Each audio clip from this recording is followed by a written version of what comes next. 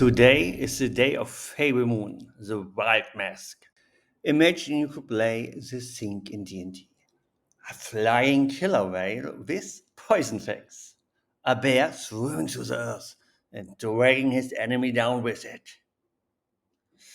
All of that's not the main reason why I made this character. Yeah, but it's one of the reasons. So, welcome to the first character build on AuD&D. The goal of this build is not to do the best damage. It's not to break the game. The goal is to have fun. And I have fun with this build because Fable Moon can take almost any shape that he needs at the time. That should give him a lot of option. Fable Moon is a problem solver. Maybe he will not be the best fighter in the party, but he can hold himself. Some of the choices I make are not the choices that make the strongest possible character, but I do think that is not what is always needed. What matters is that you build the character you want to play, for whatever reason you want to play it. I do not have the most fun when I have made the perfect build. I have more fun when I play a character who is skilled but stupid, who gets himself into trouble again and again. Fable Moon is this kind of idiot. He can turn into almost any humanoid person and into many animals. But he is not a perfect actor, so people will recognize him again and again for the mess he is. But Fable Moon will make up for that by turning into a flying rhino. A flying rhino with a poisoned horn. Yeah. But of course, the joke is again on me. As an autistic person, I seem to want to wear a mask not only in daily life, but also while I do my favorite hobby. I have one more disclaimer. I will not limit myself to official D&D material. Along with the Player's Handbook, I will use Exploring Eberron, Flea Mortals, and the Grim Hollow Player's Guide.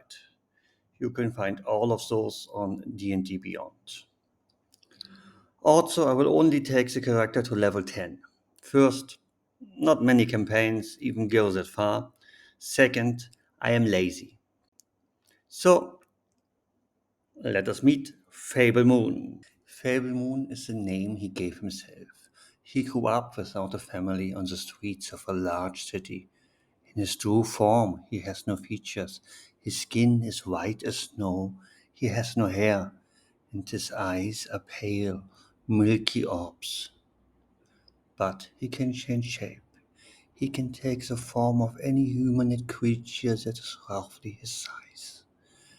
Fable Moon does not know where he came from. He does not know why he is the way he is. For many years, like many children without parents, he waited for his family to return. He hoped that people like him would come and find him.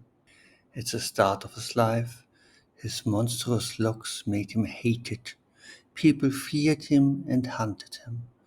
But when his gift awakened, he learned how to use to escape.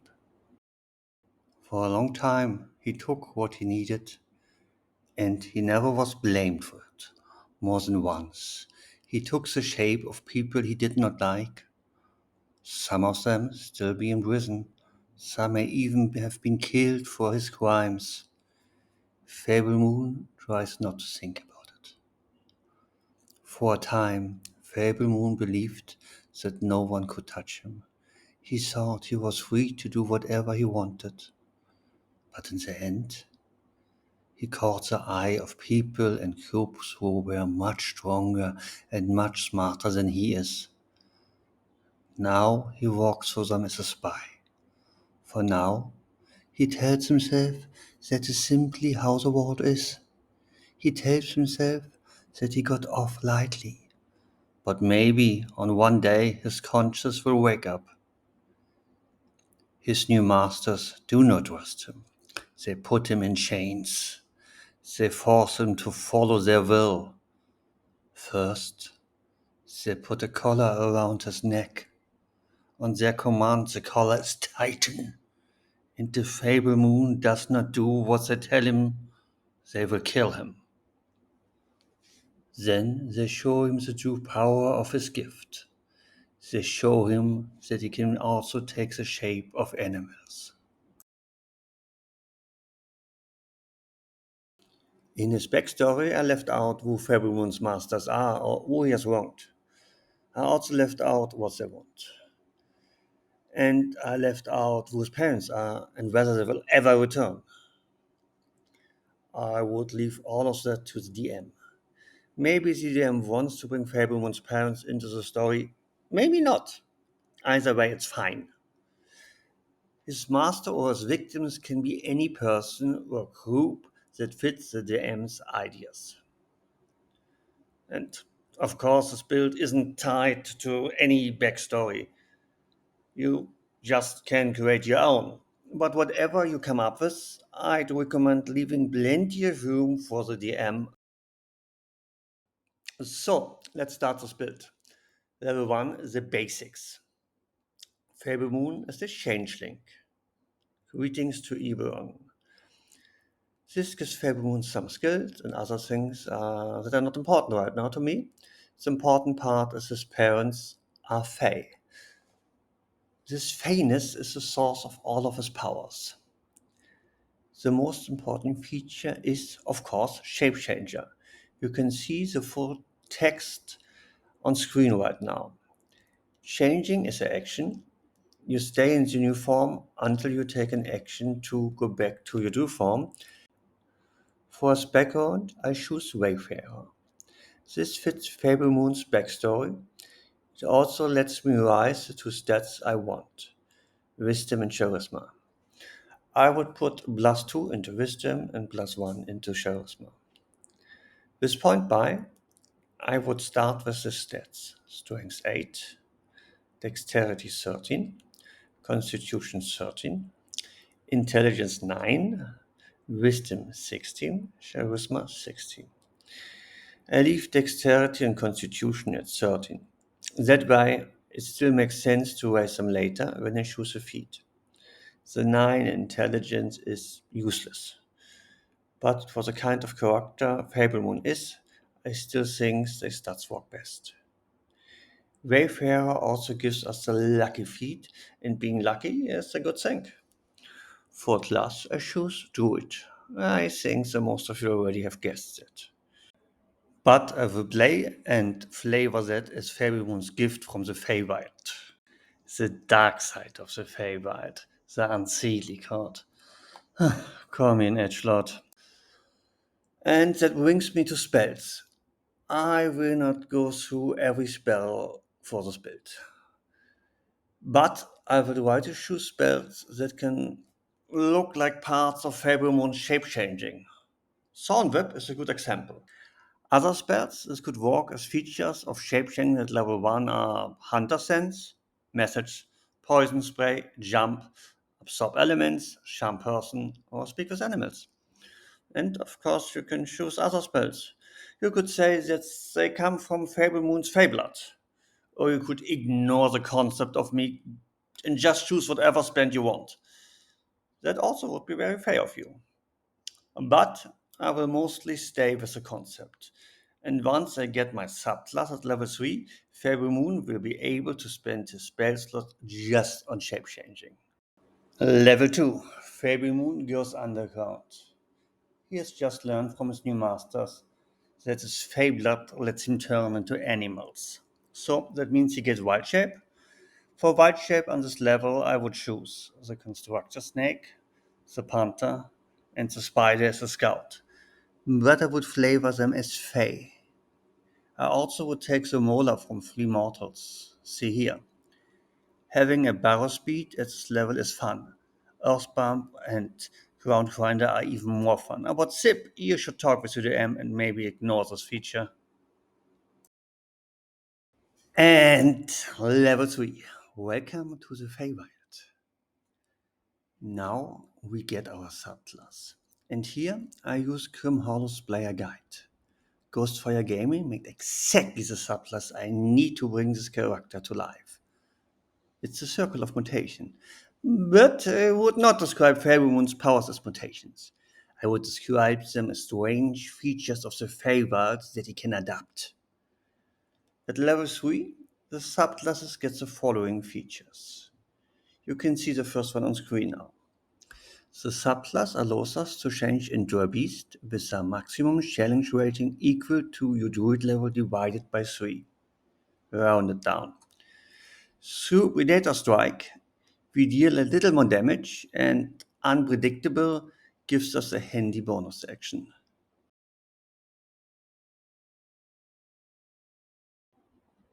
But the star of the show, the reason why we take the subclass is Mutate Shape. When we change shape and while we are a beast, we can spend spell slots to mutate. The mutations, I mean the fake forms that Fable Moon can use, let us breathe underwater, they give us a fly speed, they can let us go poison fang, they can raise our armor class, they can give us multi-attack, we can cast and large reduce on ourselves as a beast. And these forms are what I would spend my spell slots on. Yet I would give up some druid spells to stay true to the character concept, but these options give us a huge amount of versatility and power. They make us good at exploring, they can help in social scenes, and they still give us some umps in a fight.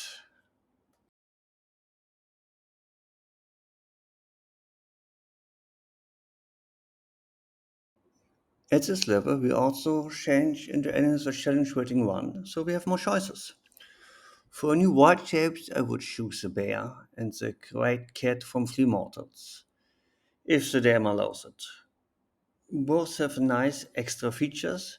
You can see them on screen now. As you can see, that would give us more versatility and save us mutation points.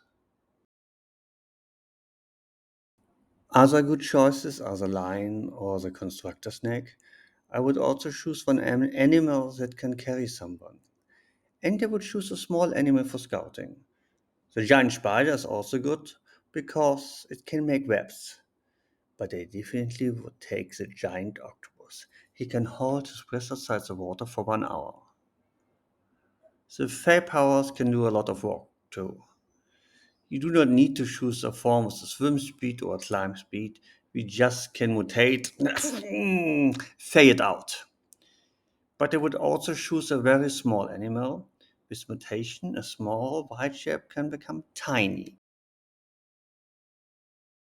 Or a large white shape can become huge. We could send a huge giant octopus into battle that deals 2d6 plus 1d4 plus 5 damage per hit. And on a second round of combat, this beast would have multi attack. And yes, that is only the beginning. Later, we will be a flying rhino with a poisonous horn. Level 4, a level for the concept. I enjoy levels where I got choices and feats a special druid. There would be many more powerful options, but I would choose a feat from exploring Aberon. It's not the optimal option, but I want even more ways to change shape. And I want to do it a little more often. The feat is Changeling Metamorphosis. You can see it on screen now. I would also raise Fable Moon's dexterity with its feat. That's not the best stat we need, but I want the feat. It's not needed to make the character stronger, but it gives us more small ways to solve problems without spending spell slots or white shape uses. Also, keep in mind, rules is written, the +1 to armor class should still work when we turn into an animal. That is not so bad. Again, it's mostly a choice for the concept. Level 5, now we are flying. At this level, we do not get many choices, but we get wide resurgence. That basically means that we can use our spell slots for wild shape.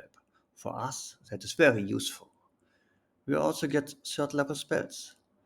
Bloodbound or Elemental Exhalation from the Grim Hollow Player's Guide are spells you could describe as an effect of shape changing. Melt into Stone also works, and so does Silence Viper from the core rules. But most importantly, with third level spell slots, we can gain 3 mutation points, and that means we can fly now. We could send a huge flying giant octopus into battle. We are Cthulhu. Level 6, Unnatural and Unnerving. It's time for a new subclass feature from Grim Hollow, the whimsy book from Ghostfire Gaming. It is mostly about happy fae like Fable Moon. And I do not want to hear anything here about dark walls, strange creatures, horror, and horrific mutations. Eh, Whatever, you can see this feature now on screen. I read this feature as more shape changing, and our attacks get more reliable. We can now also learn wild shapes, challenge rating 2. And we can choose 6 forms now. I would upgrade the bears and cats from Flea Mortal because they're so flexible. I would also think about choosing the rhinoceros and the giant constructor snake. The giant snake is already huge, so we could be a gargantuan snake. But my kind of fun would be to become a huge flying rhino with a poisonous horn. If the creature you are fighting is medium or small, it's not burn.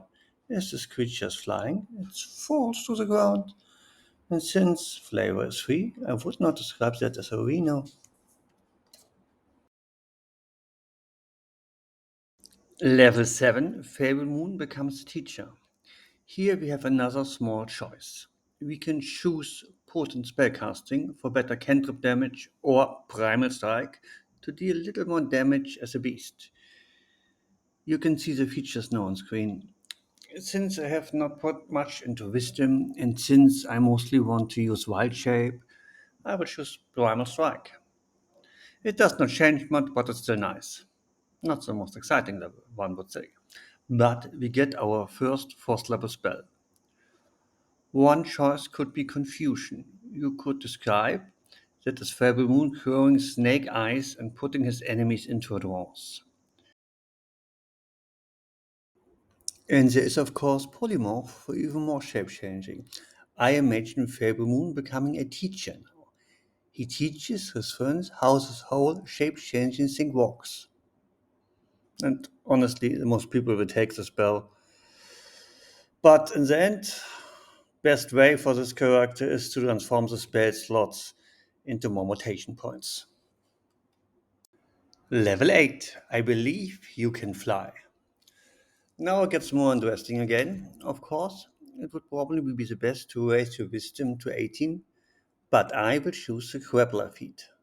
That raises my constitution to 14, and this gives me other options. You can see them on the screen now.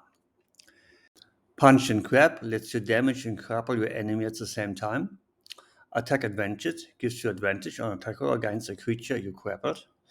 And fast wrestler, you can wrestle your enemies around. I know the rules as written, attacks and wild shape are not unarmed strikes. But as a DM, I would allow it. And if you really get this character up to level 8, talk to your DM about it. I do not think it's too strong, but it's very funny. I want to do bear things as a bear. I want to drag my enemies across the battlefield. Or if you are flying right now, grapple your enemy, tell them that you believe in him, fly up and let go. Boom! By the way, you also could choose flying beast now through the common wild shape wakes. Level 9, the whale is here, finally. Apart from spells, not much happens here, but there are some 5th level spells that we can describe in fun ways. For example, Cone of Cold could be a breath weapon, so our spell save would not be that good. For Contagion, I would simply say that Fable Moon spits in his victim's face. Choose whatever spell you like most. But keep the level 10 feature in mind.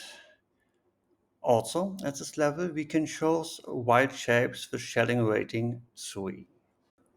Choose whatever works best for you, or choose a form that lets you cause the most trouble with your fake forms. I am thinking about the killer whale. To be exact, I'm thinking about the flying killer whale. The flying killer whale does 5d6 plus 6 damage. If you're making a gun tune, you add another d4. If you give remote attack, you can do that twice. With poisonous fangs, the damage rises again. And after the second attack, after you poisoned your Pufo, you can let him fall and boom!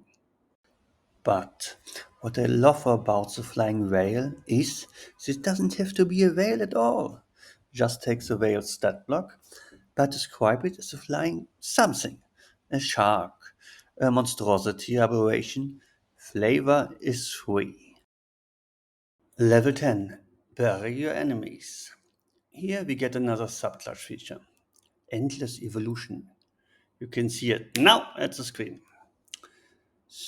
Yeah, the extra mutation points are cool. It's nice that we can raise our damage and our attack bonus, and Mystic Monsters probably the strongest feature, since spells are the most powerful trick in D&D 5e. But the feature I will have the most fun with is Creature of Earth. Being able to burrow through ground will be great fun. And remember, we also have the grappler feat, so we can pull enemies down into the ground with us. Imagine a killer whale swimming to the earth and pulling enemies below the surface. I would flavor that as a purple worm-like creature. I cannot wait to play that. Or you go back to the giant octopus. His tentacles have 10 feet reach, so you do not even have to surface to catch your prey. I guess you could couple with your 8 tentacles 2 creatures at the same time and bury them beneath. Am I weird? So, that's my first character build for the channel. I want to thank again Ghostfire Gaming for the subclass. It looks like a amount of fun. I hope my small group stays together for a while. I would really like to play Fable Moon to level 10 or even past level 10. And now I want to talk about why I wanted to play this character in the first place. The name of the channel is AuD&D. Yeah, you do not always have to live up to your channel name, but today I want to. AuD&D stands for Autism plus D&D. Remember that for a moment. But first, let us remember Fable Moon's character arc. At the start, Fable Moon is a paranoid loner. He only feels safe when he has changed his shape, when he presents himself in a way that he thinks benefits him. But there's a reason for that. When his life began in the dark streets of the city where he grew up in, he could not change his shape. He looked like a white monster. People hunted him, they beat him, and often they almost beat him to death. He only survived through luck, and he learned that he needed to hide if he wanted to survive. When his shape-changing power awakened, he finally had the tool that he needed. During the campaign, he should become friends with the other player characters. In time, he should slowly come out of his shell. He will hopefully learn to trust other characters. And maybe he will no longer feel that he always has to look like whatever gives him the biggest advantage. Maybe he's going to learn to be himself instead of changing his shape. So that is D&D. Now we take a look at autism. One thing that many autistic people learn in childhood is how to hide. Because when we are openly autistic, people may push us away, they may bully us, they may not take us seriously, you may become an outsider.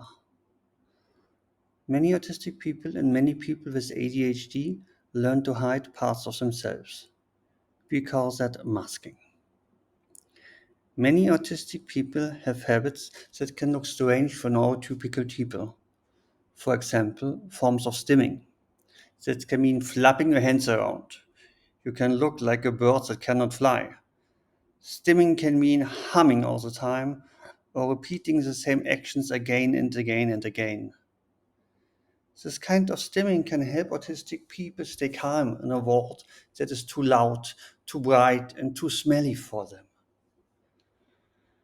Trying to fit into the world is hard, not only because We have to stop doing things that feel good, but also hard because we have to learn ways of acting that does not come naturally to us. Many autistic people are always running on a script in their head. They are using learned rules instead of acting on instinct. Fable Moon is not only my way of walking through something that I've experienced, it's also a way for me to make fun of my own experience. Dark humor is not uncommon among autistic people. Fable Moon can change his shape, but he's a bad actor. He can look like any bandit, any goblin, or even the king, but the way he acts, the way he does everything just a little bit wrong, will always give him away. This is also true for many autistic people who have become good at masking. No matter how hard we try, no matter how much of our limited energy we put into our mask, we may still get strange looks. We may notice that other people judge us, or even look down on us. And even those of us who are so good at masking that nobody noticed may still be afraid all the time. Afraid that someone will understand us. Afraid that someone will rip the mask from our face. This can be especially hard for autistic people who are diagnosed late in life. We may have worn our mask for so long that it has grown into our face. We may barely know how to take it off.